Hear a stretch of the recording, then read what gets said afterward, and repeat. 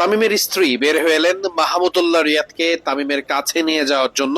আপনারা দেখতে পাচ্ছেন সেই দৃশ্য, এবং তামিম ইকবালের কাছে একেবারে সাথে সবসময় আছেন তার স্ত্রী আয়েশা। আপনারা দেখতে পাচ্ছেন মাহমুদুল্লাহ রিয়াদ, তিনি প্রস্তুত হয়ে স্যানিটাইজড করা হলো তাকে। তারপরে তিনি আসলে তামিম ইকবাল যে কক্ষে রয়েছেন সেখানে গিয়েছেন। আপনারা দেখতে পাচ্ছেন মুশফিকুর রহিম, মাহমুদুল্লাহ রিয়াদকে একটু আগে দেখেছেন। তারা কিন্তু আসলে ম্যাচ শেষ করা মাত্রই দ্রুতই সেই হসপিটালে চলে এসেছেন।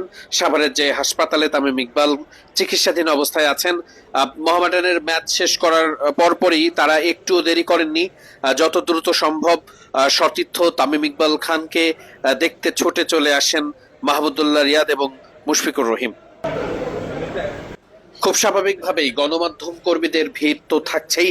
সারা বিশ্বের চোখ এখন তামিম ইকবালের দিকে। আমরা দেখেছি লাসিথ মালিঙ্গা, কলকাতা নাইট রাইডার্স, মনোজ তিওয়ারি থেকে শুরু করে সারা বিশ্ব মিডিয়া এবং সারা বিশ্বের যারা ক্রিকেটার রয়েছেন সবাই যে যার মতো সোশ্যাল মিডিয়ায় পোস্ট করছেন। অনেকেই তামিম ইকবালের জন্য দোয়া চেয়েছেন। ঠিক যেমনটা এখানে দেখছেন মাহমুদুল্লাহ রিয়াদ, তামিম ইকবাল ঠিক যেই কক্ষে রয়েছেন সিসিইউতে তার বাইরেই দাঁড়িয়ে আছেন।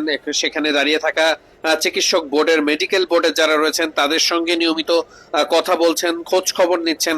এবং এরপর তামিম ইকবাল খানের স্ত্রী আসলে তিনি ভেতরে ছিলেন এবং আয়েশা, এবং তাকে জানানো হয় যে মাহমুদুল্লাহ রিয়াদ, মুশফিকুর রহিম তারা বাইরে অপেক্ষায় আছেন, তামিম ইকবালের খোঁজ খবর নিতে এসেছেন। এবং দরজার বাইরে থাকা অবস্থায় তামিম ইকবালের স্ত্রী আসলে তাদেরকে নিতে আসেন। আমরা কিন্তু সেই মুহূর্তটি দেখছি। মাহমুদুল্লাহ রিয়াদ তিনি বাইরে অপেক্ষায় আছেন, তামিম ইকবাল কেমন অবস্থায় আছেন সেটা জানার চেষ্টা করছেন।